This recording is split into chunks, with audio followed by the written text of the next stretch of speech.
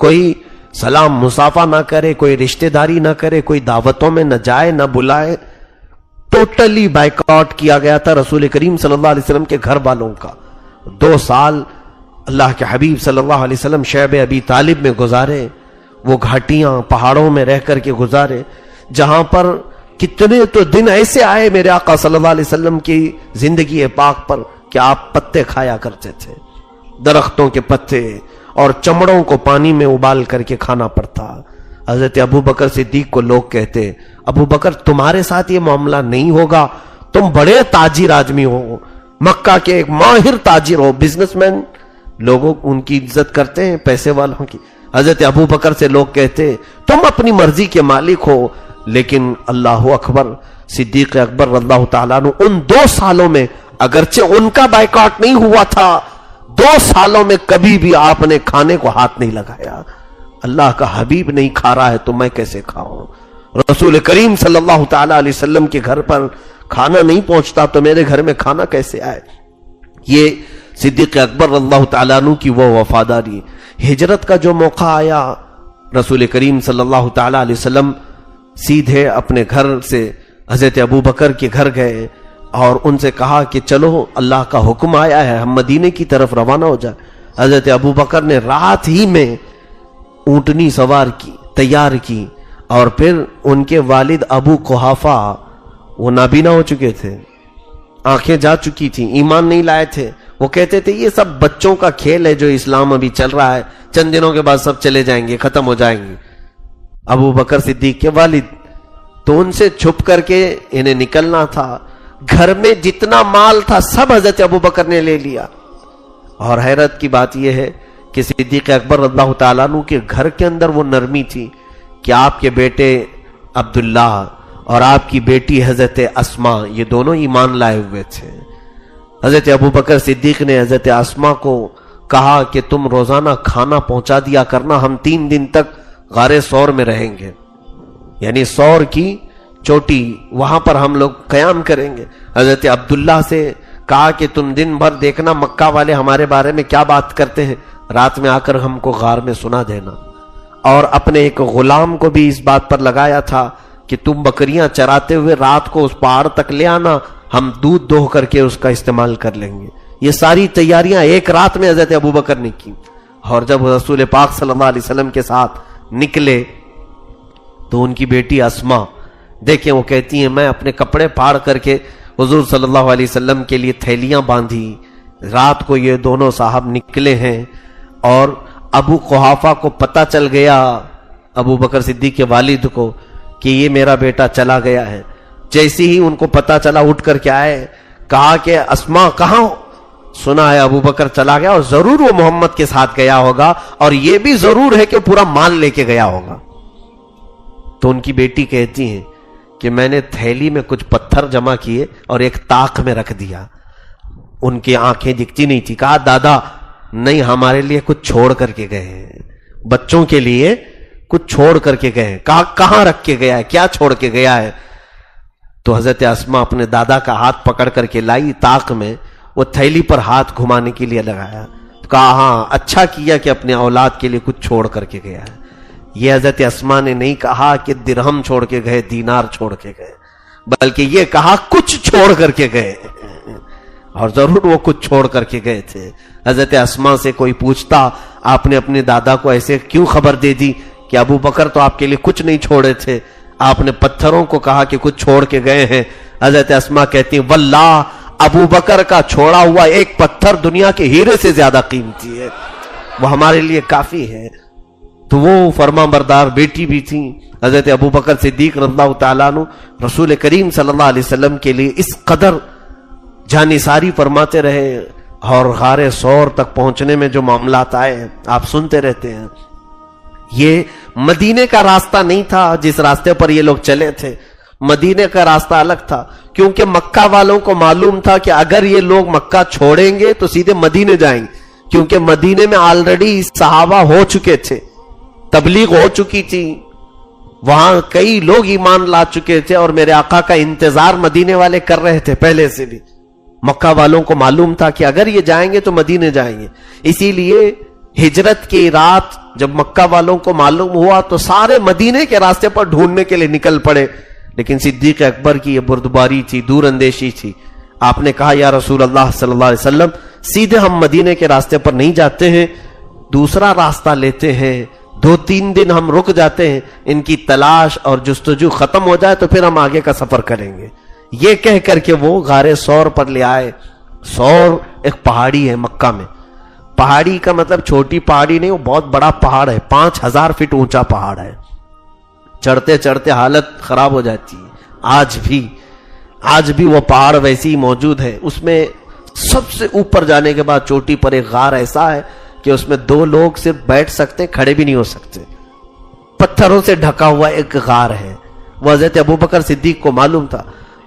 اندازہ ایسا ہوتا ہے کہ عرب والے پہاڑ چڑھنے میں بڑے ماہر تھے، کیونکہ پہاڑی علاقے تھے ان کے، کیونکہ آج بھی جغرافیہ کے اعتبار سے دیکھا جائے تو آج کی رپورٹ میں بھی یہ بتایا جاتا ہے کہ سعودی عرب میں ہی تقریباً آج بھی 20 لاکھ پہاڑ ہیں، بہت پہاڑیوں کا یہ علاقہ ہے۔ تو وہ سفر بھی پہاڑ چڑھ کر کے کیا کرتے تھے۔ حضرت ابوبکر صدیق رسول پاک صلی اللہ علیہ وسلم کو لے کر پہاڑ چڑھنے لگے۔ میرے آقا صلی اللہ علیہ وسلم کو تھکن کا احساس ہوا تو صدیق اکبر نے اپنے کندھے پیش کیے، کہا یا رسول اللہ صلی اللہ علیہ وسلم، آپ میرے کندھوں پر سوار ہو جائیں اور میں لے کر کے چلتا ہوں۔ اندازہ کریں اس وقت میرے آقا صلی اللہ علیہ وسلم کی عمر پاک 53 سال کی ہے اور ابو بکر کی عمر 50 سال کی ہے۔ 50 سال کا آدمی 53 سال کے بار نبوت کو اٹھا رہا ہو۔ یقیناً میرے عزیزوں، عام انسان کو نہیں اٹھایا ابو بکر نے، پورے کائنات کے آقا کو اپنے کندھوں پر لیا، اور میرے آقا صلی اللہ علیہ وسلم نے منع بھی نہیں فرمایا، ابو بکر کے کندھوں پر سوار ہوئے۔ آج مجھے اندازہ ہے ایک چھوٹی سی تھیلی، ایک آدھا لیٹر کی بوتل، چھوٹی سی تھیلی میں 2 کیلے اور 1 سیب تھا۔ یہ ہم کو اوپر چڑھنے کے وقت بھاری پڑ رہے تھے، ہم سوچ رہے تھے کہ یہ تھیلی کہیں پر چھوڑ دیں، بوتل پکڑ کر کے چڑھنے میں یہ بھاری لگ رہا تھا۔ بیگ سامان تو دور کی بات، یہ تو راستے میں کھانے کے لیے جو لیے تھے 2 کیلے 1 سیب اور ایک آدھا لیٹر کی بوتل، یہ بھاری پڑ رہی تھی۔ اس دن اندازہ ہوتا ہے صدیق اکبر نے کیسی جانثاری کی ہے، میرے آقا صلی اللہ علیہ وسلم کو پورا اپنے کندھوں پر لے کر کے وہ 5000 فٹ کی اونچائی طے کی تھی۔ اور اتنا ہی نہیں، اس غار پر جانے کے بعد آپ نے خود اپنے ہاتھوں سے غار صاف کیا۔ اللہ کے حبیب صلی اللہ تعالی علیہ وسلم کو غار میں لے کر اندر تشریف لائے، اور پھر وہاں وہ واقعہ بھی پیش آیا کہ آپ نے اپنی جان بھی حضور پر نثار کر دی۔ اسی لیے جان نثار آپ کو بار بار کہا جاتا ہے۔ کیسے کہ ایک زہریلا سانپ اس میں اندر داخل ہوتا ہوا آپ نے دیکھا تو اپنی ایڑی اس کے سامنے دبا دی، سانپ نے کاٹا، پھر بھی آپ پیر نہیں ہٹائے۔ رسول کریم صلی اللہ علیہ وسلم کی نیند جیسے بیدار ہوئی، آپ کا چہرہ پیلا پڑا ہوا تھا، ابو بکر کا جسم زہر سے پورا پیلا ہو رہا تھا۔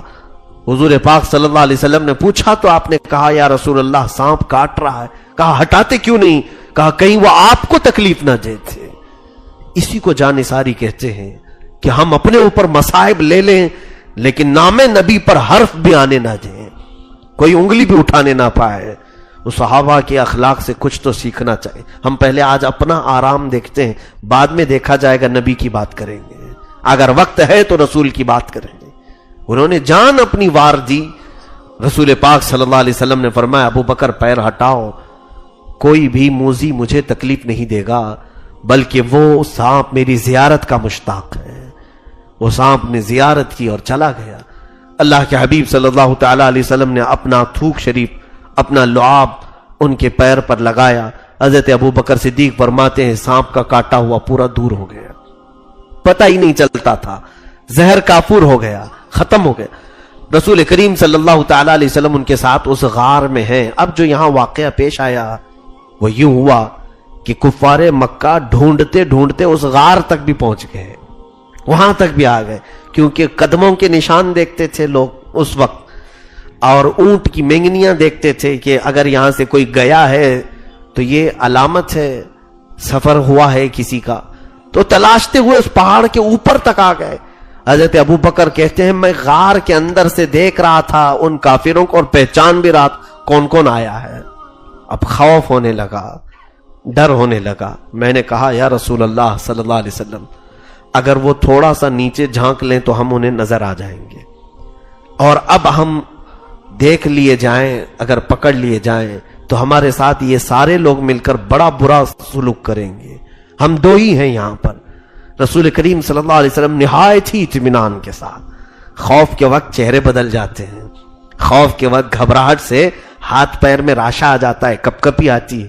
حضرت ابو بکر سے ایک سوال کرتے ہیں میرے آقا صلی اللہ علیہ وسلم، ابو بکر ان دو کے بارے میں تمہارا کیا خیال ہے جن کا تیسرا ساتھی اللہ ہو؟ حضرت ابو بکر صدیق نے کہا ان کی پوری دنیا کچھ نہیں کر سکے گی. میرے آقا نے فرمایا لا تحزن ان اللہ معنا، مت گھبرا، اللہ ہمارے ساتھ ہے، اللہ ہمارے ساتھ ہے. رب ذوالجلال نے حفاظت و صیانت بھی فرمائی اور قرآن میں اس کا ذکر فرمایا اذ اخرجہ الذین کفروا ثانی اثنین اذ ہما فی الغار اذ یقول لصاحبہ لا تحزن ان اللہ معنا. یہ کیسے لوگ ہیں جن کے سفر کو بھی قرآن نے اپنے صفحات میں جگہ عطا کی ہے. صدیق اکبر رضی اللہ تعالیٰ عنہ کے ان واقعات کو فرماتے ہیں جس دن میرے آقا نے فرمایا لا تحزن ان اللہ معنا، مت گھبرا، اللہ ہمارے ساتھ. فرماتے ہیں پوری موت تک پھر کسی معاملے میں مجھے خوف نہیں آیا. آخر عمر تک صدیق اکبر پھر کسی بھی چیز سے ڈرتے ہی نہیں تھے. آج اس جملے کی ہمیں ضرورت ہے. میں آج کہوں گا اے مسلمانوں مت گھبراؤ، اللہ ہمارے ساتھ ہے، اللہ ہمارے ساتھ ہے. لوگ یہ آج محسوس نہیں کر رہے ہیں کیونکہ قرآن خود کہہ رہا ہے کان حقا علینا نصر المؤمنین، ہم نے اپنے اوپر لازم کر لیا ہے کہ ایمان والوں کی مدد کریں. قرآن میں اللہ فرماتا ہے وَلَا تَهِنُوا وَلَا تَحْزَنُوا وَأَنْتُمُ الْأَعْلَوْنَ إِن كُنتُم مُؤْمِنِينَ. تم گھبراؤ مت، پریشان مت ہو، تم ہی سب سے زیادہ کامیاب رہو گے اگر تمہارے اندر ایمان ہے. قَدْ أَفْلَحَ الْمُؤْمِنُونَ، اللہ فرماتا ہے ایمان والے سب سے زیادہ کامیاب. آج یہ جو چہرے ہیں ہم سے سوال کرتے ہیں، پھر یہ ظالموں کا ظلم، یہ کافروں کی شرارتیں، یا مشرکین کا ہمیں آنکھیں دکھانا، یہ سب کیا ہے؟ اس کا کل ملا کر کے ایک ہی جواب ہے میرے عزیز بھائی کہ تو اپنے آپ میں محسوس نہیں کر رہا ہے کہ اللہ میرے ساتھ ہے. تم آج بھی ایمان کے اس ڈگر پر نہیں آ رہے ہو جس کی ضرورت ہے تمہیں. کسی صاحب نے مجھ سے آج یہی کہا تھا کہ آج لوگ پروٹیسٹ کرتے ہیں، احتجاج کرتے ہیں، پارلیمنٹ میں ہماری نمائندے نہیں ہیں اس لیے وہ جو چاہے وہ کر رہے ہیں. آج پارلیمنٹ میں ہماری سیٹیں نہیں ہیں، ہمارے نمائندے نہیں ہیں، اس لیے وہ جو چاہے وہ کر رہے ہیں. تو کسی حکیم نے بہت اچھے انداز میں کہا وہ سیٹیں تو چھوڑ دے پارلیمنٹ میں، جہاں تیری قسمت کے سارے فیصلے بدلے جاتے ہیں وہ سیٹیں مسجد کی ہیں، وہ تو خالی چھوڑا ہوا ہے. یہاں کی سیٹیں بھر دے پہلے، یہ ساری سیٹیں خالی پڑی ہوئی ہیں اور تم کہتے ہو وہاں سیٹیں ہماری نہیں. یہاں پوری کائنات کی قسمت بدلی جائے گی تمہاری ان سیٹوں سے. مجھے بتاؤ پورے اسلام کو پھیلانے میں جو اہم کردار ہے، دنیا کی سب سے پہلی پارلیمنٹ مدینے میں کہاں بنی؟ وہ مسجد نبوی ہے. وہ کھجور کے پتوں سے بنی ہوئی مسجد، دیوار مٹی کی تھی اور کھجور کے پھڑ ڈالے ہوئے چھت تھے اور زمین کنکریوں کی تھی. سجدہ کرنے کے بعد پیشانی میں کنکریاں لگتی تھیں اور اس چھوٹی سی مسجد سے صحابہ نے پوری دنیا میں قیصر و کسریٰ کو بھی گھٹنے ٹیکنے پہ مجبور کر دیا. اس زمانے کی سپر پاور طاقتیں قیصر و کسریٰ کو بھی نیچے کر دیا کہ نہیں کیا؟ میرے عزیزوں وہ سیٹیں انہوں نے بھر دی تھیں. اس لیے کہ حدیثوں میں ملتا ہے جمعہ کا دن آتا، رسول پاک صلی اللہ علیہ وسلم جمعہ کے لیے آتے تو جانتے ہیں صحابہ سیٹیں کب سے پکڑتے تھے؟ جو فجر کی نماز میں آتا تو جمعہ تک کوئی نہیں اٹھتا تھا. انہوں نے وہ سیٹیں بھر دی تھیں، اس لیے اللہ تعالیٰ نے ان کو پوری کائنات میں بھر دیا تھا اور ان کی طاقت اور ان کی قوت کے دبدبے تھے. حضرت ابوبکر صدیق رضی اللہ تعالیٰ عنہ کا وہ جملہ آپ کو میں آج اس لیے حوالے کر رہا ہوں کہ آج پھر سے آپ کہیں کہ گھبراؤ مت، اللہ ہمارے ساتھ ہے، اللہ ہمارے ساتھ ہے. تم ایک ہو جاؤ، متحد ہو جاؤ. حضرت ابوبکر صدیق رضی اللہ تعالیٰ عنہ اور رسول پاک صلی اللہ علیہ وسلم کی حفاظت اللہ نے کیسے کی؟ چھوٹی سی چیزوں سے، چھوٹی سی چیزوں سے. جب مولا حفاظت کرنا چاہے، اس غار پر ایک مکڑی نے جالا بن دیا، ایک کبوتری نے انڈے دے دیے، فوراً کے فوراً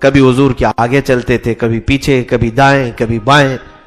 رسول کریم صلی اللہ علیہ وسلم آپ سے پوچھتے کہ ابو بکر ایسا کیوں کر رہے ہو؟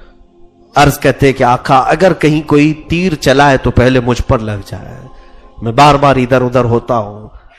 رسول کریم صلی اللہ تعالی علیہ وسلم جب مدینہ طیبہ کے قریب پہنچنے لگے، حضرت ابو بکر کا ایک عمل یہ بھی دیکھ لیں، جب قریب پہنچے مدینے والے سارے لوگوں نے حضور کو نہیں دیکھا تھا، کچھ صحابہ پہلے آئے جو بیعت عقبہ اولیٰ میں حضور صلی اللہ علیہ وسلم کے پاس 12 صحابہ نے بیعت کی اور وہ گئے مدینے میں، سب کو تبلیغ کیا، پھر 70 صحابہ آئے ان کو تبلیغ کیا۔ اس طرح سے مدینے میں ایمان پھیل گیا تھا، بہت سارے لوگوں کے گھروں میں اسلام آ چکا تھا، لیکن ان کی بیویاں، ان کی بچیاں، ان کے خاندان والے صرف میرے آقا کے جلووں کے تذکرے ہی سن رہے تھے، ابھی دیکھا نہیں تھا۔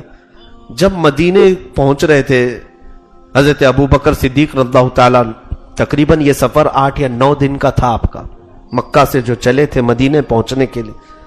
قبا میں آپ نے قیام فرمایا ہے، جو قبا اس وقت مدینے سے باہر کا علاقہ تھا۔ اب جب مدینے میں داخل ہونے کا معاملہ آیا، مدینے والے کیا کرتے تھے جانتے ہیں آپ؟ جیسی ان کو خبر ملی تھی کہ اللہ کا رسول مکہ سے نکل چکا ہے، تو روزانہ مدینے والے سنیت الوداع کی گھاٹیوں پر، اونچے ٹیلے تھے مدینے میں، وہاں سے سب دور سے آنے والے بھی دکھتے تھے، اس ٹیلے پر جا کر سارے مدینے والے جمع ہو جاتے تھے، دیکھتے تھے، صبح سے شام ہو جاتی تھی، پھر وہیں کھاتے پیتے تھے سب، وہ میلے کے شکل ہو گئی تھی۔ روز جاتے تھے حضور کا انتظار کرتے، پھر گھروں پہ واپس آ جاتے۔ تقریباً کئی دنوں تک اللہ کے حبیب صلی اللہ علیہ وسلم کا دل سے جنہوں نے استقبال کیا وہ مدینے والے لوگ ہیں، وہ اہل مدینہ ہیں۔ آج بھی اللہ نے ان کے دلوں کو نرم رکھا ہے، آج بھی مدینے والوں کی طبیعت پورے عرب والوں کی طبیعت سے الگ ہے آج بھی۔ اور جب مدینے والے وہاں پہنچے، پھر ایک دن وہ آیا کہ جب دور سے 2 شکلیں انہیں نظر آنے لگی، ایک اونٹنی پیچھے چلی آ رہی ہے اور 2 لوگ پیدل چلے آ رہے ہیں، تو مدینے والوں نے پہچان لیا کہ یہ ضرور محمد صلی اللہ علیہ وسلم اور ان کے ساتھی ابو بکر ہیں، کیونکہ حضرت ابو بکر کے غلام عبداللہ انہوں نے پہلے ہی مدینے میں آ کر خبر کر دی تھی۔ اب دور سے جب 2 نظر آنے لگے، ان کا جوش، ان کا ولولہ ایسا تھا مدینے والوں کا، سارے کے سارے چوٹی پر چڑھ گئے اور بچیاں دف زور زور سے بجانا شروع کرتی ہیں، طلع البدر علینا من ثنیات الوداع وجب الشکر علینا ما دعا للہ داعی۔ ان بچیوں کی زبان سے کیا نکل رہا تھا جانتے آپ؟ وہ یہ کہتی تھی، اے لوگو، 14ویں کا چاند ہم پر طلوع ہو گیا ہے، سنیت الوداع کی گھاٹیوں سے 14ویں کا چاند ہم پر طلوع ہو گیا ہے، ہم پر تو اب شکر لازم ہو گیا کہ اللہ کی طرف بلانے والا ہمارے پاس آیا ہے۔ پوری کائنات کو چھوڑ کر میرا آقا رسول کریم صلی اللہ علیہ وسلم اگر کسی بستی میں جانا پسند کیے تو مدینہ تھی، مدینے کی طرف رخ کیا۔ مکہ کے علاوہ اور بھی تو شہر تھے، کہیں اور جاتے میرے آقا، مدینے کو پسند کیا۔ جب دور سے وہ دونوں دکھنے لگے، ادھر جوش، ولولہ، دف کی آوازیں آنے لگی، اس جانثار صحابی صدیق اکبر نے کیا کیا؟ اللہ اکبر! روایتیں بتاتی ہیں حضرت ابو بکر نے فوراً اپنا جبہ اتار دیا، اور جبہ اتار کے ساتھ میں کچھ تھا نہیں، اور رسول کریم صلی اللہ علیہ وسلم پر ایسے سایہ کرنے لگے جیسے جھنڈا ہلاتے ہیں، حضور پر ایسے جبہ پکڑ کر کے سایہ کرنے لگے اور چلنے لگے۔ اللہ کے حبیب صلی اللہ علیہ وسلم نے پوچھا، اتنا لمبا سفر ہو گیا، مکہ سے چل کر مدینے، کڑی دھوپ میں بھی سفر ہوا، کہیں تم نے یہ جبہ سایہ نہیں کیا؟ یا مدینہ قریب آ رہا ہے، تم جبہ اٹھا کر سایہ کر رہے ہو؟ عرض کیا کرتے، سوچ تو دیکھو۔ کہتے یا رسول اللہ، یہ مدینے والے نئے لوگ ہیں، کہیں غلطی سے مجھے رسول نہ سمجھ لیں، بلکہ میں یہ ہلا کر کے انہیں بتا رہا ہوں کہ ساتھ میں آنے والا خادم ہے اور آقا یہ ساتھ چل رہا ہے۔ آپ نے صدیق اکبر نے لوگوں کے ذہن میں، گمان میں بھی نہ آ جائے کہ کوئی، کیونکہ اللہ کے حبیب صلی اللہ علیہ وسلم نہایت سادگی میں چلتے تھے، نہایت سادگی میں تھے۔ حضرت ابو بکر صدیق احترام کے لیے چیزیں بتاتے، اسی لیے بعض صوفیاء کرام نے فرمایا اللہ اور اس کے رسول سے ریلیٹڈ جو چیزیں ہیں ان کی عظمت کا احساس کرنے کے لیے غلاف ڈالو، کبھی چادر ڈال لو، کیونکہ عام نہ لگے۔ 100 قبریں ہیں، ایک اللہ کا ولی اس میں سویا ہے. چادر اسی لیے ڈالتے ہیں کہ پتہ چلے سب قبروں کی طرح نہیں، یہ اور قبر ہے، یہ اللہ والا ہے. یہ صدیق اکبر کے عمل سے ہمیں نظر آتا ہے. مسجدوں کو مینار کیوں لگاتے ہیں، گنبد کیوں بنا رہے ہیں؟ اس لیے کہ لوگوں کو یہ پتہ چلے سب گھروں کی طرح یہ گھر نہیں، یہ اللہ کا گھر ہے، اس کی شان الگ ہے. اسی لیے اللہ اور اس کے رسول سے ریلیٹڈ جو چیزیں ہیں اس کی عظمت کا احساس ہو، اس لیے کوئی ایسا عمل کرو. یہ بیچ میں بات آئی ہے، میں کئی چیزیں تمہیں حل کر دوں.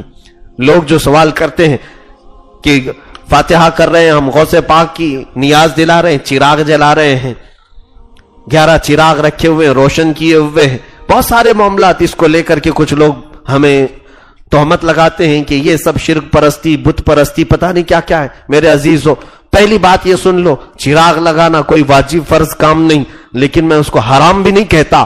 وجہ یہ ہے کہ وہ عظمت کا احساس دلانے کے لیے گھر والے بچے ہوں یا دیکھنے والے ہوں، ان کے اندر عظمت کا احساس دلانے کے لیے بزرگوں نے کیا تھا. اس میں کوئی مذائقہ نہیں ہے، کوئی حرج نہیں.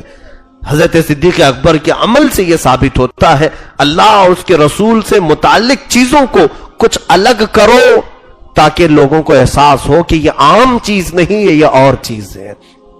مدینہ طیبہ میں جب تشریف لائے اللہ کے حبیب صلی اللہ تعالی علیہ وسلم حضرت ابو ایوب انصاری کے مکان میں مہمان بن گئے، لیکن حضرت ابو بکر صدیق کو خارجہ بن زید رضی اللہ تعالیٰ عنہ کے گھر میں ٹھہرایا گیا. وہ مدینے کے ایک متمول آدمی تھے، بڑے امیر آدمی تھے اور بڑے تاجر تھے. حضرت ابو بکر کو پہلے سے بہت پسند کرتے تھے، اس لیے حضور نے ان کے گھر انہیں بھیج دیا، خارجہ بن زید. اب یہاں مدینے میں آنے کے بعد اللہ کے حبیب صلی اللہ تعالی علیہ وسلم نے اب جو مدنی دور شروع ہوا، یہ 10 سال کا دور ایسا ہے جس میں ساری جنگیں ہوئی، بدر ہو کہ احد ہو کہ خندق ہو، جتنی جنگیں ہیں، حنین ہے، تبوک ہے اور فتح مکہ ہے، خیبر ہے، یہ ساری جو جنگیں ہوئیں وہ مدنی دور میں ہوئیں. مکہ میں جب تک تھے میرے آقا صلی اللہ علیہ وسلم نے کبھی جنگ نہیں فرمائی. ساری مدینے میں آنے کے بعد کیونکہ اسلام کا قلعہ مضبوط ہو چکا تھا، اسلام کی سب سے پہلی پارلیمنٹ مسجد وہاں بن چکی تھی. اس مسجد میں میرے آقا صلی اللہ علیہ وسلم امامت بھی فرماتے تھے، درس بھی دیتے تھے، صحابہ کو سکھاتے بھی تھے. اور وہ غریب صحابہ جو اپنا گھر بار چھوڑ کر کے آئے ان کے لیے بھی ایک کٹا بنا کر کے اسی میں ان کی پرورش بھی کی جاتی. اگر کوئی بیمار ہو تو اس کو ہاسپٹل کا کام بھی اسی مسجد کے کونے میں کیا جاتا تھا. جنگ کے قیدیوں کو لا کر کے بھی اسی مسجد کے کونے میں باندھا جاتا تھا. بہت سارے کاموں کے لیے ایک مسجد نبوی کا استعمال ہوتا تھا. ایک مسجدوں کو آج جن کاموں کے لیے استعمال ہونا چاہیے وہ کام اب ختم ہو گئے ہیں. بہرحال مسجدیں مرکز ہوا کرتی ہیں تبلیغ اور ہدایت کی. آج فرض نمازوں کے بعد تو مسجدیں بند ہیں، مسجدوں میں آج کچھ مل نہیں رہا ہے. لوگ بس فرض نماز کے لیے داخل ہوئے اور نکل گئے. ہمارے دین کی اصل بنیادیں مسجدوں سے تھی. مدرسے تو بہت بعد میں بنے ہیں، یونیورسٹیاں بعد میں بنی ہیں. اسلام کے جتنے بڑے بڑے فقہا کو آپ دیکھو گے، امام اعظم ابو حنیفہ کہاں پڑھے اور کہاں پڑھا ہے؟ پورے مسجد میں. امام شافعی، امام مالک، امام حنبل، یہ سارے لوگ مسجدوں میں پڑھے اور مسجدوں سے نکلے. مسجدوں میں ہی ان کی پوری زندگی بھی گئی. عزیزان گرامی، رسول پاک صلی اللہ علیہ وسلم نے مسجد نبوی کو بنایا تو اسلام کا ایک ایسا مرکز تھا جہاں سے ہر کام ہوتا تھا. مشورے وہاں ہوتے تھے، بلکہ بادشاہوں کو خط وہاں سے لکھے جاتے تھے. پوری دنیا میں اسلام کو پھیلانے کا جو نظم شروع ہوا مدینہ طیبہ سے. اب اللہ کے حبیب صلی اللہ علیہ وسلم کے 10 سالہ زندگی کے اختتام پر حضرت ابو بکر صدیق کے کچھ معاملات دیکھیں. وہ یار غار بھی ہیں، رسول کریم صلی اللہ علیہ وسلم کے ہم نشین بھی ہیں. بہت ساری باتوں کو میرے آقا کے وہ ایسے جانتے تھے. ایک بار حجۃ الوداع کے موقع پر حج کرنے کے لیے جب رسول پاک صلی اللہ علیہ وسلم نے 11 ہجری میں سارے صحابہ کو بلایا کہ سب لوگ احرام باندھو اور چلو حج کرنے کے لیے، سارے صحابہ حج کے لیے نکلے. یہ آخری حج تھا میرے آقا کا، لیکن کسی کو پتہ تھوڑی نہ تھا. حج کرنے کے بعد میرے آقا صلی اللہ علیہ وسلم نے اپنے خطبے میں فرمایا، اے میرے صحابہ غور سے سن لو میری اس بات کو، کیا خبر کہ میں اگلے سال حج کر سکوں گا کہ نہیں کروں گا. یہ جملہ تو حضور نے فرمایا اور پھر بشارت دی کہ اللہ نے قرآن کی آخری آیت بھی اتار دی. اليوم اکملت لکم دینکم واتممت علیکم نعمتی ورضیت لکم الاسلام دینا. آج اللہ نے تمہارا دین مکمل کر دیا، اپنی نعمتیں تمام کر دی اور تمہیں اسلام دے کر راضی ہو گیا. یہ آیت اتری، رسول پاک صلی اللہ علیہ وسلم نے صحابہ سے فرمایا کہ قرآن بھی کمپلیٹ ہو گیا. کتنے سال سے اتر رہا تھا؟ 23 سال سے، 23 ایئرس. قرآن کے اترنے کا جو مرحلہ ہے 23 سال تک چلا. جب آخری آیت آئی صحابہ خوش ہو گئے، قرآن کمپلیٹ ہو گیا، ہمارا دین مکمل ہو گیا. لیکن ابو بکر صدیق رضی اللہ تعالیٰ عنہ ایک کونے میں جا کر کے رونے لگے، رو پڑے. صحابہ نے کہا ابو بکر آج عید کا دن ہے، حج میں قرآن جب مکمل ہوا. آج بھی میں بتاؤں میرے عزیزو، جب قرآن کمپلیٹ ہوتا ہے کسی حافظ کا حفظ کرنے کے دوران بڑی دعوت کرتے ہیں ہم، ماں باپ کو بلائے، رشتہ داروں کو بلائے. ختم قرآن جو ہوتا ہے، ایک بچہ حفظ کر رہا تھا، حفظ تو چھوڑیں، آپ جب قرآن دیکھ کر کے ختم کرتے ہیں تو ہدیہ کرتے ہیں نا. ختم قرآن ہوتا ہے، جوڑا لائے، استاد کو دیا، پھول پہنے، یہ سارا جو نظام ہے. قرآن کے ختم ہونے کی خوشی تو آج بھی ہم مناتے. تو وہ صحابہ کو خوشی تو تھی، لیکن اس کا دوسرا پہلو ابو بکر صدیق کے پاس تھا. وہ کہتے ہیں اے صحابہ، یقیناً اسلام مکمل ہوا، دین آج پائے تکمیل کو پہنچا، قرآن کی آخری آیت آئی.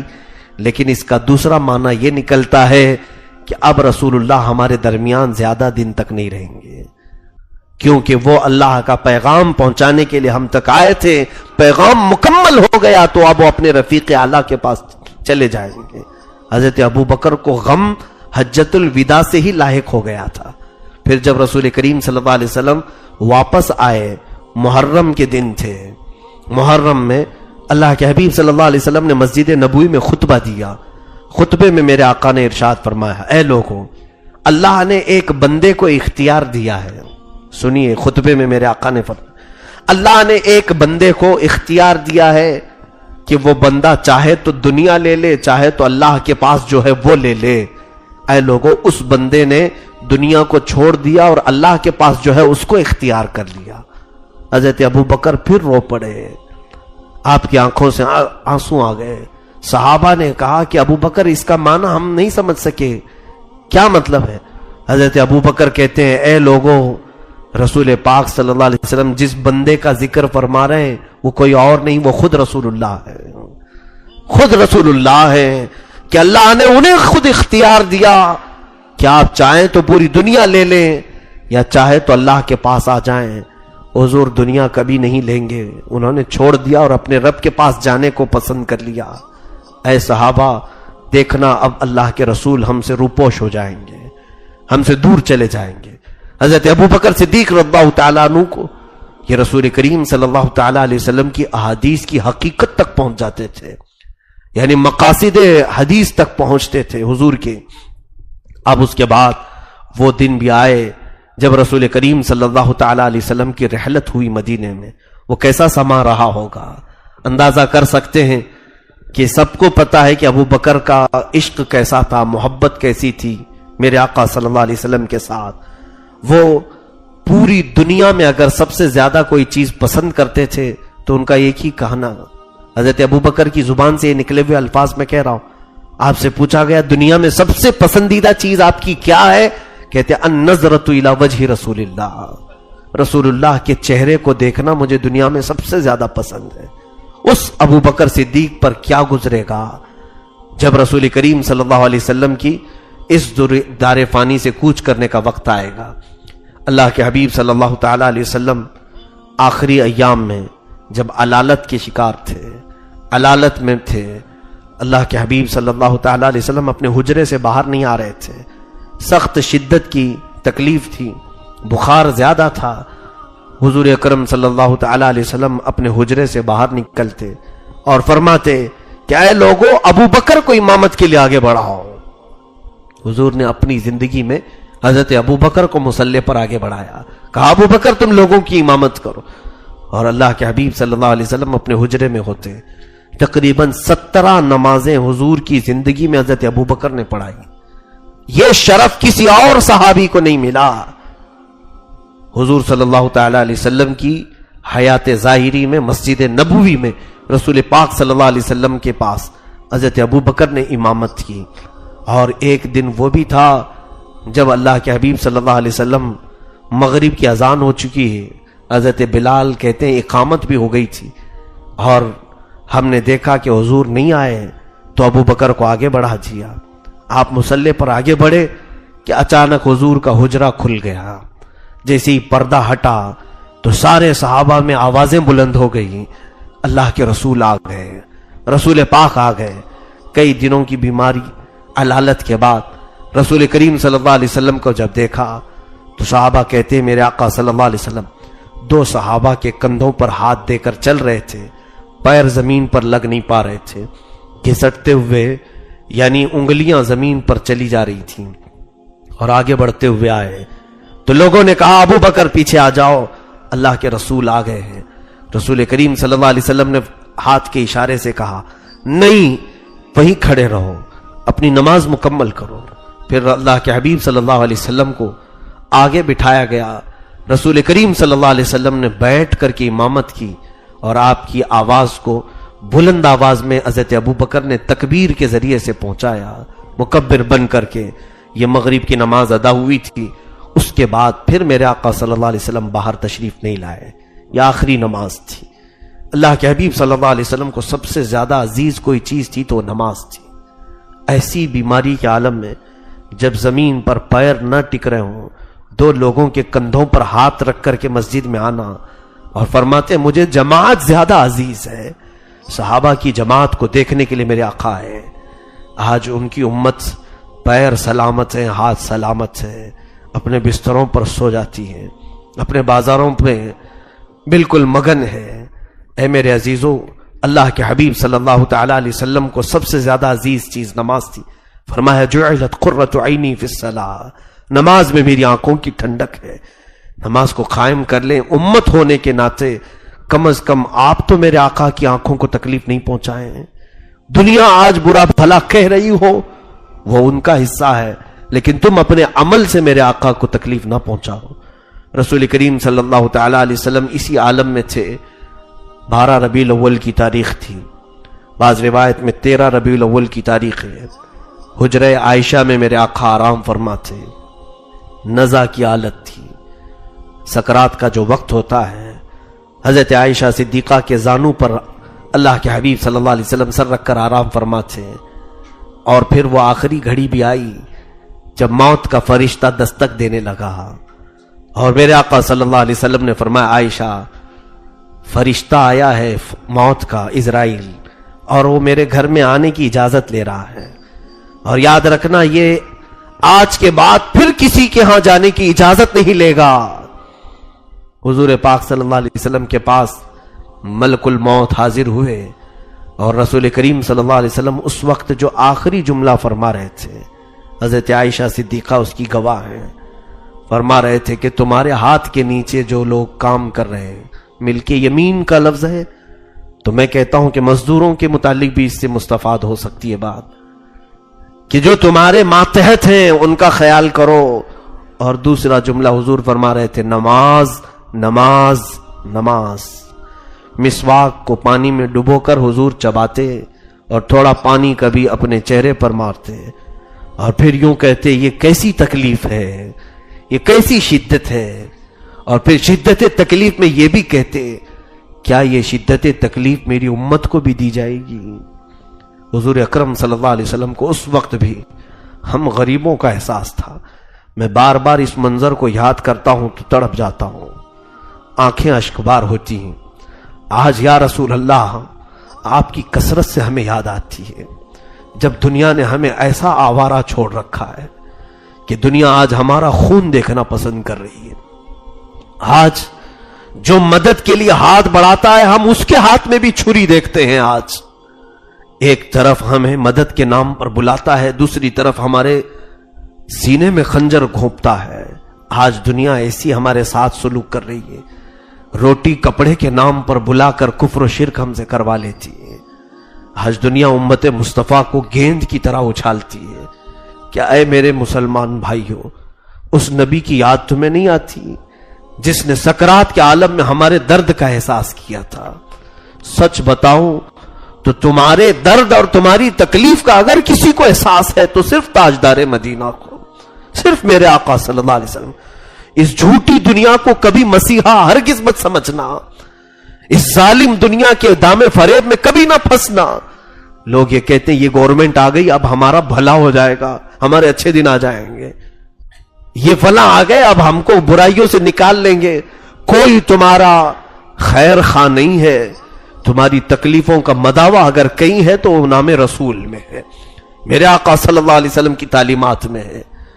میں یاد کرتا ہوں آج میرے آقا صلی اللہ تعالی علیہ وسلم کی اس آخری کیفیت کو، اور پھر ہم یہی کہتے ہیں یا رسول اللہ کہ آ جائیں ہم غلاموں کی دستگیری کے لیے پھر سے ایک مرتبہ۔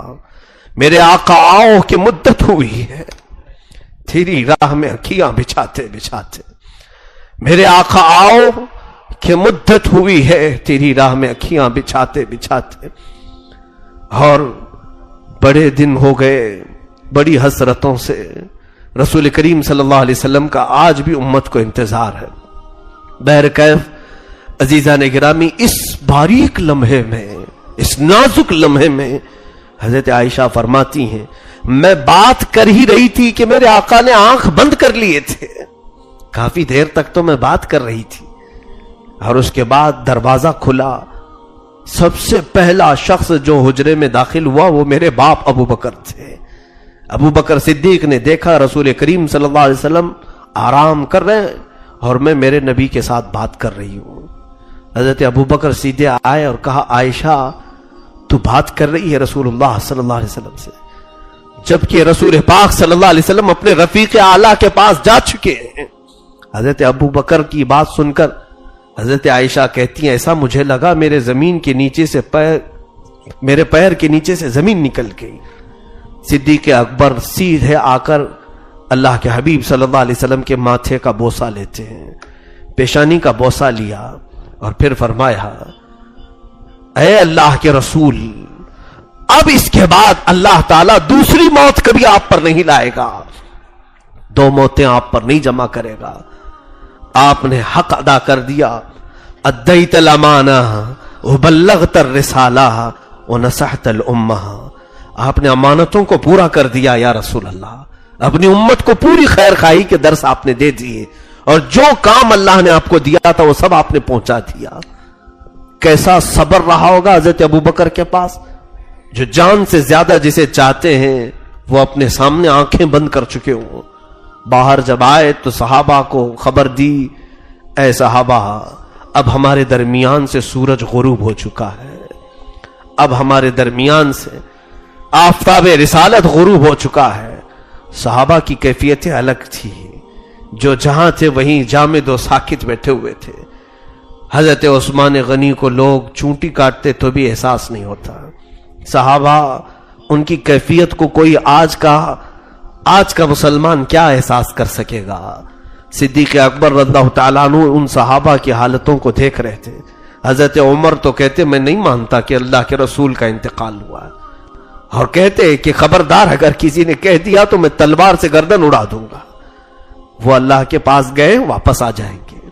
ان کا صبر سب سے زیادہ اگر کسی نے تھاما ہے تو حضرت ابو بکر صدیق کی ذات سے ممبر پر چڑھ گئے، کہا اے صحابہ بتاؤ تم کس کی عبادت کرتے تھے، محمد کی یا اللہ کی؟ سبوں نے کہا ہم اللہ کی عبادت کرتے تھے، اور محمد صلی اللہ علیہ وسلم اللہ کے رسول ہیں۔ اور آیت پڑھی وما محمد الا رسول قد خلت من قبلہ الرسل، محمد اللہ کے رسول ہیں، ان سے پہلے بھی بہت سارے رسول آئے، تو جو رسول کے بعد الٹے قدم واپس پھرے گا وہ اللہ کا کچھ نہیں بگاڑ پائے گا۔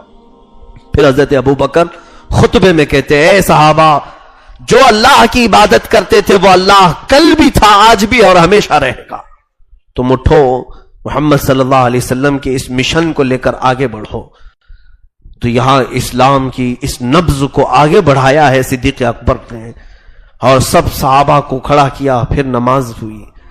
2 دن تک رسول کریم صلی اللہ تعالی علیہ وسلم کی نماز جنازہ پڑھی جاتی رہی۔ پیر کو وصال ہوا تھا، بدھ کو دفن ہوا۔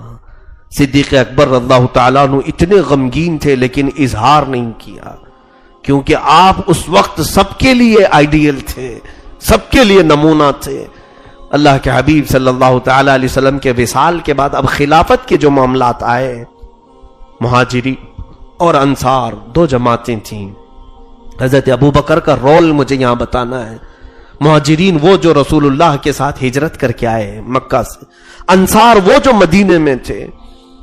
تو حضور صلی اللہ علیہ وسلم کی وفات کے چند دن کے بعد ہی انصار صحابہ کی میٹنگ ہوئی، اس میں بنی ثقیفہ ایک جگہ ہے، وہاں پر میٹنگ ہوئی۔ اس میں حضرت سعد ابن عبادہ رضی اللہ تعالیٰ بیمار تھے اور بڑے صحابی تھے، انہوں نے سارے انصار صحابہ کو جمع کیا اور انصار صحابہ کی فضیلت میں بیان کیا، اے صحابہ تم انصار ہو، تم دنیا کی وہ قوم ہو جس قوم میں رسول اللہ آنا پسند کیے، تم رسول اللہ کے حامی و ناصر رہے ہو، رسول کریم صلی اللہ تعالی علیہ وسلم کی خلافت کے سب سے زیادہ حقدار تم ہو۔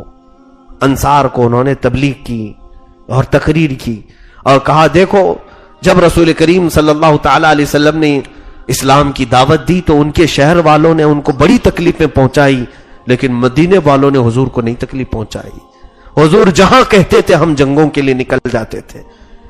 تو رسول پاک صلی اللہ تعالی علیہ وسلم کی حمایت کرنے والے انصار سب سے زیادہ ان کی خلافت کے حقدار ہیں۔ تو یہاں انصار کی الگ میٹنگ ہوئی۔ حضرت ابوبکر تو انصار میں نہیں مہاجرین میں ہے نا۔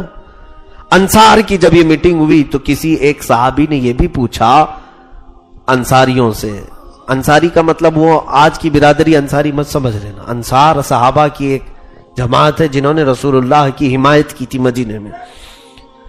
تو اس ایک صحابی نے پوچھا کہ اگر مہاجرین ہماری بیعت سے انکار کر دیں، ہماری خلافت کو نہ مانیں تو کیا کیا جائے گا؟ تو پھر ایک صحابی نے کہا ایسا کیا جائے مہاجرین میں سے ایک امیر بنائیں، انصار میں سے ایک امیر بنائیں۔ میں آج پوری تاریخ آپ کو بتا رہا ہوں کیسے خلافت ہوئی۔ تو یہ مشورہ ہوا تو پھر سارے صحابہ نے کہا ایسا نہیں ہوگا کہ بیک وقت دو امیر ہو جائیں، فتنہ بڑھ جائے گا، فتنہ بہت بڑھ جائے گا۔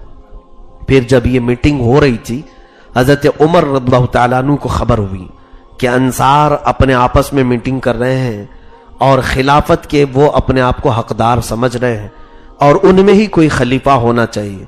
تو حضرت عمر نے اس باریک مسئلے کو سلجھانے کے لیے حضرت ابو بکر حضرت ابو عبیدہ بن جراح کے ساتھ وہاں پر آ گئے۔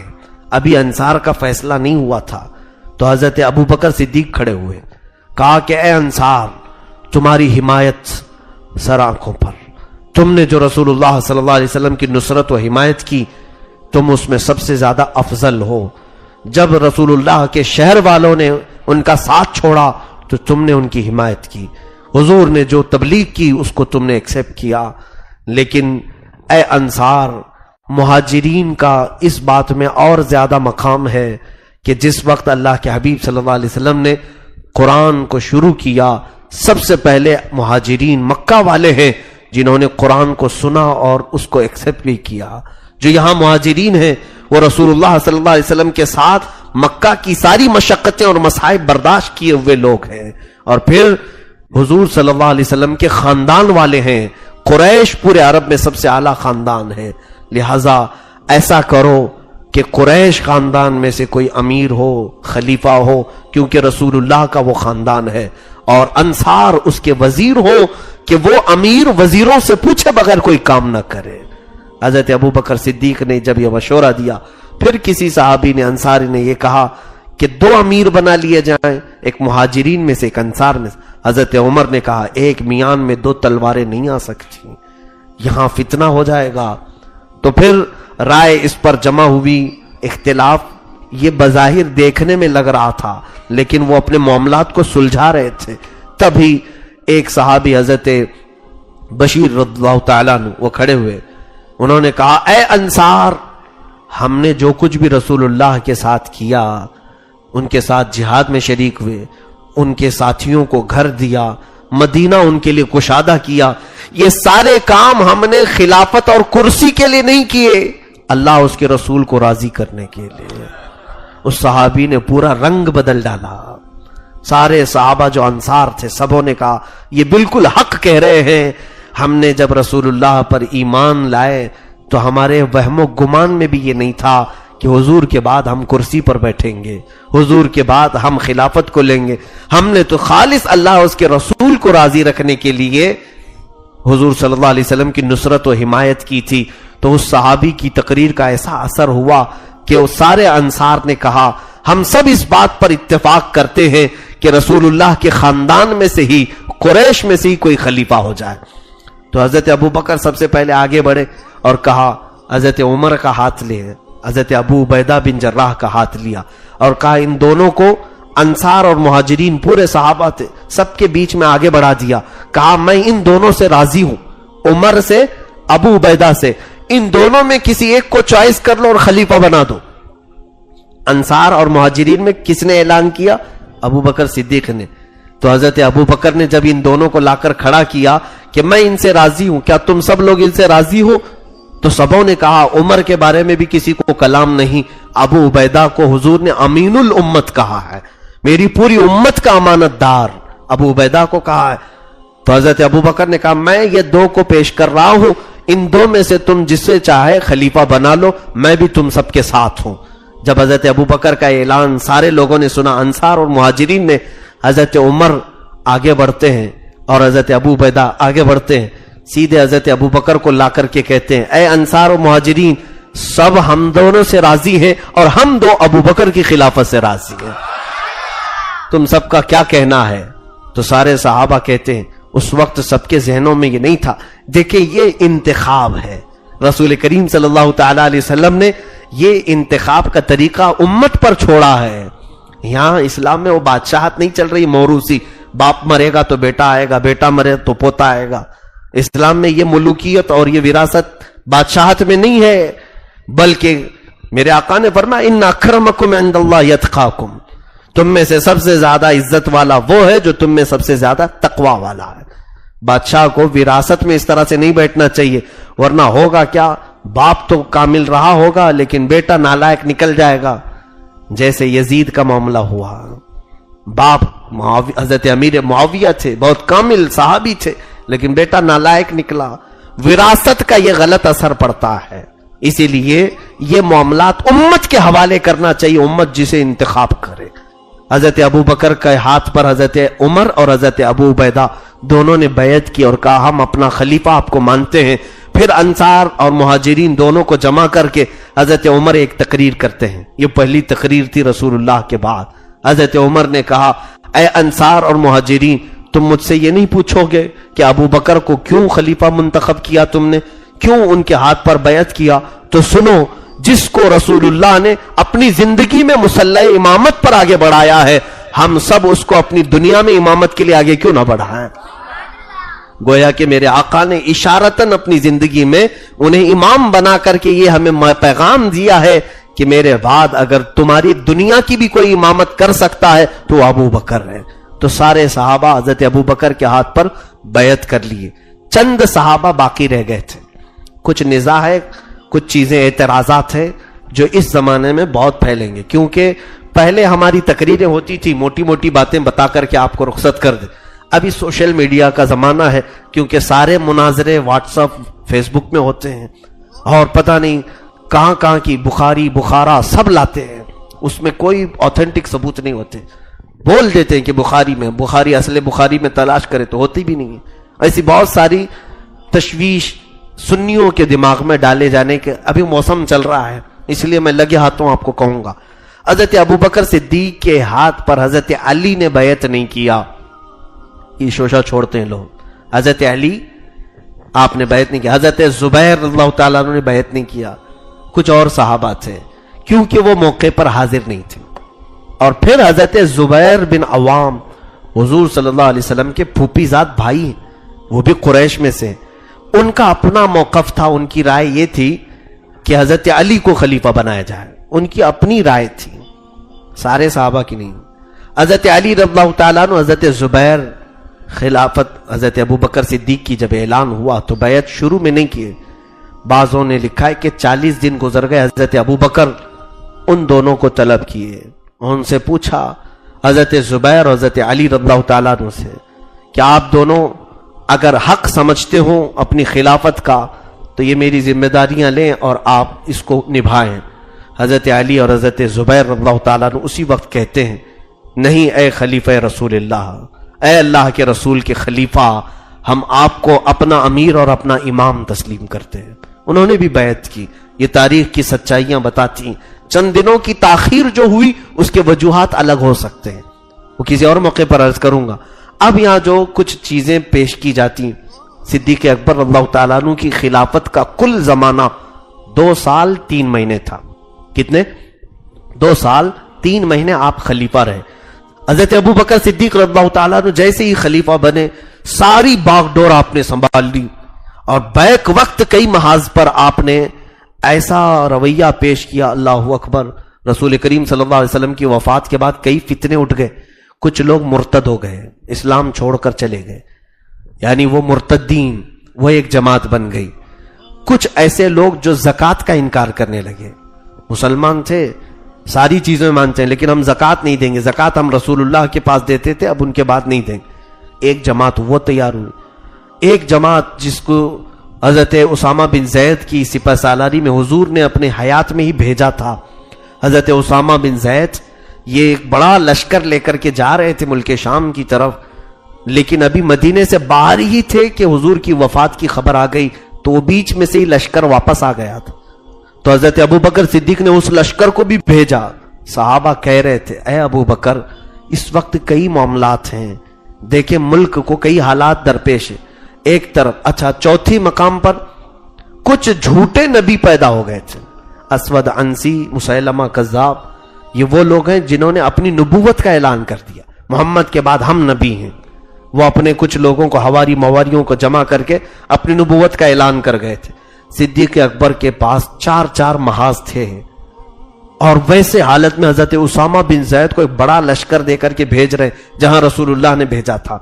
صحابہ نے کہا اس لشکر کو روک لیں، ہم اسود عنسی، مسیلمہ کذاب، ان کے ساتھ مقابلہ کرنے میں صحابہ کی جماعت کا استعمال کریں گے، اور ایک طرف مرتدین ہے جو اسلام چھوڑ کر کے گئے، فتنہ مچا رہے ہیں، ایک طرف زکوٰۃ کا انکار کرنے والے، ان سے نپٹیں گے، اسامہ بن زید کو روک دیں۔ صدیق اکبر نے کیا کہا جانتے ہو؟ میں ہوتا کون ہوں؟ جس لشکر کو رسول اللہ نے بھیجا میں کیسے روک سکتا ہوں؟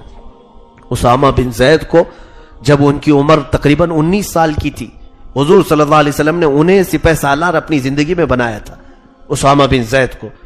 اب وہ گھوڑا لے کر کے آگے بڑھے تو صحابہ نے ایک مشورہ اور بھی دیا کہ ان کے علاوہ کسی بڑے صحابی کو سپہ سالار بنا دے۔ صدیق اکبر نے کہا ہرگز نہیں، جس کی سپہ سالاری رسول اللہ نے بنائی ہے ابو بکر اس کو رد نہیں کر سکتا۔ اور اس کے بعد اسامہ بن زید کو گھوڑے پر بٹھایا اور ان کے گھوڑے کی رسی پکڑ کر کے خود چلنے لگے، مدینے کے باہر تک لائے اسامہ بن زید کو بٹھا کر کے گھوڑے میں۔ کہاں حضرت ابو بکر کی عمر 60 سال کی اور ان کی عمر 19 سال کی، ہاں ان کو گھوڑے پر بٹھا کر چلنے لگے، پورا لشکر اسلام پیچھے چل رہا ہے۔ کئی مرتبہ وہ اتر پڑے گھوڑے سے اسامہ بن زید، کہا اے خلیفہ رسول، گستاخی نہ ہو جائے، میں گھوڑے پر سوار ہوں اور آپ میرے گھوڑے کی نکیل پکڑ کر چل رہے ہیں۔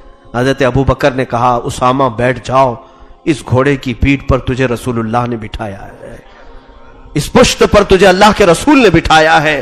یا اور بات ہے، خلافت کے کاموں کی وجہ سے میں تمہارے لشکر میں شریک نہیں ہو پا رہا ہوں، تمہارے لشکر میں شامل نہیں ہو پا رہا ہوں، تو میں نے یہ سوچا کہ چند قدم تمہارے گھوڑے کی نکیل پکڑ کے ہی چلوں تاکہ قیامت کے دن اس لشکر کے ساتھ چلنے والوں میں میرا نام بھی آ جائے۔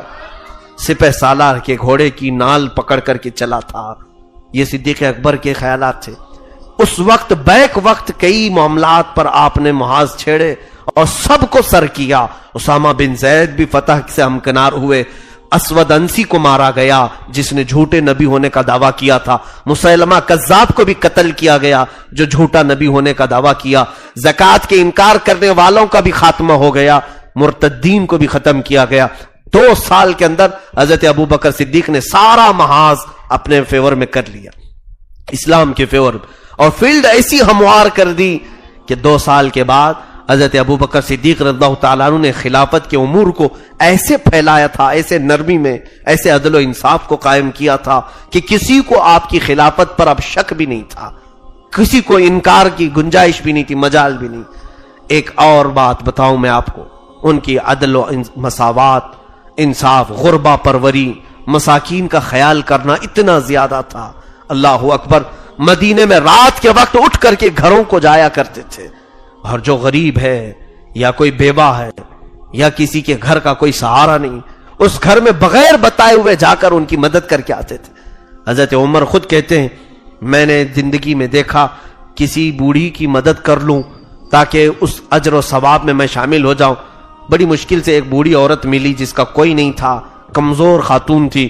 میں سوچتا کہ جا کر کے اس کے گھر کا سارا کام کر کے آؤں.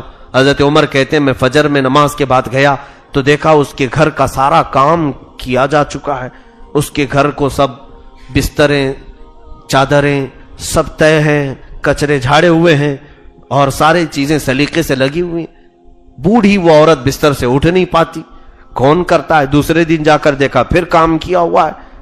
حضرت عمر کہتے ہیں میں ایک دن فجر کی اذان سے پہلے جا کر اس عورت کے گھر کے پاس کھڑا رہا تو دیکھا ایک شخص کمبل اوڑھ کر کے آیا، اس عورت کے گھر میں اندر داخل ہوا، جھاڑو لیا، جھاڑنے لگا سب پورا، اس کے بستر طے کیے، اس کے برتن مانجھے اور سب سلیقے سے لگایا. اذان ہو رہی تھی، وہ گھر سے باہر نکلا، میں نے وہ چادر کھینچ کے دیکھا تو ابو بکر صدیق تھے. حضرت عمر کہتے ہیں قسم خدا کی ابو بکر کے عمل تک کوئی پہنچ نہیں سکتا. اسی لیے رسول کریم صلی اللہ علیہ وسلم نے فرمایا جنت کے 8 دروازے ہیں، نمازی ایک دروازے سے، روزے داروں کا ایک الگ دروازہ ہے، جس کی جو نیکی غالب ہے وہ اس دروازے سے جا رہا ہوگا. حاجیوں کا حج غالب تھا ان کی ساری زندگی میں، وہ اس دروازے سے جا رہے ہوں گے. میرے آقا فرماتے ہیں میری امت میں ابو بکر ایسا ہے جس کو جنت کا ہر دروازہ پکار رہا ہوگا کہ آپ میرے دروازے سے جائیں. جتنی نیکیاں تھی وہ سب ابو بکر نے جمع کر لی تھی. اسی لیے حضرت عمر فاروق رضی اللہ تعالیٰ عنہ کہتے تھے ابو بکر اگر مجھے ایک نیکی دے دیں میں اپنی پوری زندگی کی نیکیاں ان کو دے دوں گا، پوری زندگی کی نیکیاں میں انہیں دے دوں گا. پوچھا گیا وہ کون سی نیکی؟ کہا وہ جو رسول اللہ کے ساتھ غار میں رات گزارا تھا، جس کی وجہ سے آپ کے پیر میں سانپ نے ڈسا تھا. حضرت عمر کہتے تھے وہ ایک نیکی مجھے دے دیں میں اپنی پوری زندگی کی نیکیاں انہیں دے دوں. صدیق اکبر کے مقام کو کوئی نہیں پہنچ سکتا. لیکن میرے عزیزوں آپ کی غربا پروری، مساکین کے ساتھ جو آپ کا رحم کا سلوک تھا وہ آج ہم سب کو چاہیے. آج کے حکماں سے، عمرہ سے، آج کے بادشاہوں سے کوئی توقع ہی نہیں ہے ہمیں. حضرت ابو بکر جہاں خلافت کر رہے تھے وہ مدینہ آج بھی ہے عرب میں، جس کو سعودی کا نام دیا گیا ہے. یہ بروزن یہودی عرب شریف ہے، وہ انہوں نے سعودی نام رکھا ہے. اور یہاں پر جو کچھ بھی کام ہو رہے ہیں وہ اسلامی کام نہیں ہے، یہودیوں کو راضی رکھنے کے لیے کام ہے. غریب آج بھی وہاں پر بے سہارا ہے، مزدوروں کو اس طرح سے وہاں تڑپایا جا رہا ہے. کئی ایسے مزدور آج بھی حج کے موقع پر ہم نے دیکھے، ان کی کئی مہینوں سے، کئی سالوں سے تنخواہیں روک کر رکھی گئی ہیں، وہ کھانے پینے کے محتاج ہیں. یہ صدیق اکبر کی خلافت والا ملک ہو سکتا ہے؟ یہ بادشاہوں نے اپنے لیے تو پورا ذخیرہ اکٹھا کر لیا ہے پوری قوم کا، اور پورے غربا اور مساکین کو تڑپتا ہوا چھوڑ دیا. وہاں امیروں کی سنوائی ہے، غریبوں کی نہیں. آج بھی دیکھیں کیا پوری دنیا میں مسلمان مستحق نہیں ہے کہ عرب کا کوئی بادشاہ ہمارے لیے آواز اٹھائے؟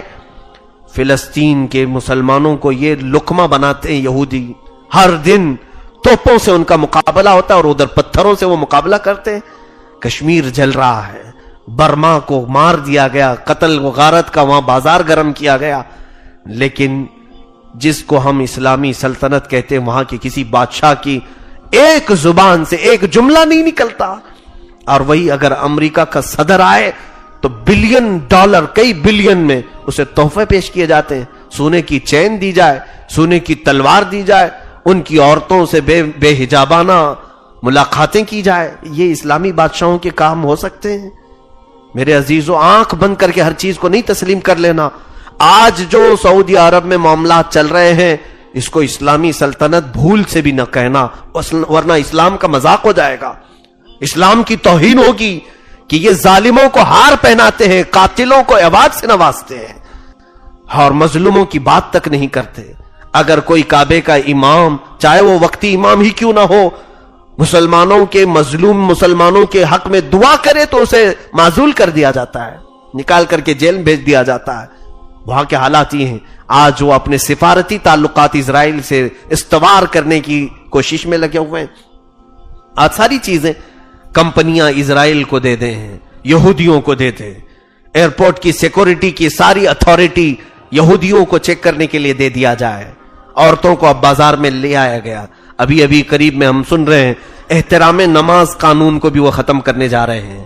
کیا ہے نہیں کیا واللہ عالم, لیکن ان کے منشور میں یہ بھی ہے کہ نمازوں کے اوقات وہاں پر دکان بند ہو جاتی تھی, کام کاج بند ہوتے تھے. اب لوگوں کا کہنا یہ ہے حکومت کا کہ یہ اتنے دیر بند ہونے سے سعودی معیشت کو بڑا نقصان تھا, اربوں ڈالر نقصان ہو رہا تھا. اب ہر کوئی بزنس کرے, نماز ہوتی رہے. تو اس ملک میں اب خیر کی کوئی گنجائش نہیں جو یمن کو اپنے توپوں سے مقابلہ کر رہا ہے. پڑوسی ملک یمن پورے کے پورے مسلمان ہیں وہاں پر, اور اس کے ساتھ لڑ رہا ہے. عراق میں اس نے بھیجا, شام میں اپنے بم گرائے. مسلمان ملکوں کے ساتھ دشمنی اتنی ہے, لیکن ایک بار بھول کر کے بھی اسرائیل کے خلاف نہیں بولتا کہ فلسطینیوں کو مار رہے ہو, قتل کر رہے ہو, کبھی نہیں بولتا. یہ تمام معاملات آج وہاں سے چل رہے ہیں. میرے عزیزوں, کمپیر ہرگز مت کرنا وہاں کے بادشاہوں کو. وہاں کے جھوٹے مولوی, لالچی مولوی, جن کو کتوں سے بھی زیادہ ذلیل زندگی ہے, میں سمجھتا ہوں وہ صرف ان کے ریال پر پلنے والے مولوی کہتے ہمارا بادشاہ ابو بکر کا عکس ہے, ہمارا بادشاہ عمر کا عکس ہے. یہ وہاں کے مولوی کہہ رہے ہیں. لعنت ہو ایسے مولویوں کے چہروں پر. کس کو تم کس سے ملا رہے ہو؟ صدیق اکبر کو آج جیسے یہ ظالموں سے جو عیاش ہیں اور زنا کے پجاری ہیں, ان لوگوں کو صدیق اکبر سے ملاتے ہو. شرم کرو, چاہے وہ یہاں کے ہوں کہ وہاں کے ہوں. سارے مولویوں سے میں کہتا ہوں صدیق اکبر تو وہ تھے. حضرت عمر کہتے ہیں میں نے لوگوں سے پوچھا کہ لوگوں صدیق ابو بکر کوئی ایسا کام کرتے ہوں جو میں نہیں کر رہا ہوں تو مجھے بتاؤ. لوگوں نے بتایا وہ اپنی زندگی میں کچھ توشے میں روٹیاں لے کر جنگل میں کسی کو کھلا کے آتے تھے. حضرت عمر کہتے میں بھی گیا ایک دن, پتہ نہیں کس کو کھلاتے تھے. جا کر کے جنگل میں تلاش کیا تو ایک معذور آدمی ملا جس کے ہاتھ پیر کٹے ہوئے تھے, ہاتھ بھی نہیں پیر بھی نہیں. میں نے اس کو روٹی کھلائی. وہ اندھا بھی تھا. وہ پوچھنے لگا اے آنے والے کیا ابو بکر کا انتقال ہو گیا؟ حضرت عمر کہتے میں نے پوچھا تو اندھا ہے, تجھے کیسے معلوم آنے والا کوئی اور ہے؟ وہ کہتا ہے کیونکہ ابو بکر کو معلوم تھا میرے منہ میں دانت نہیں, وہ روٹی اپنے منہ سے چبا کر میرے منہ میں ڈالتے تھے. آج تو پوری روٹی کھلا رہا ہے تو مجھے لگا کہ کوئی اور آیا ہے, ابو بکر نہیں آیا. اس خلیفہ اسلام کی تربت پر لاکھوں سلام.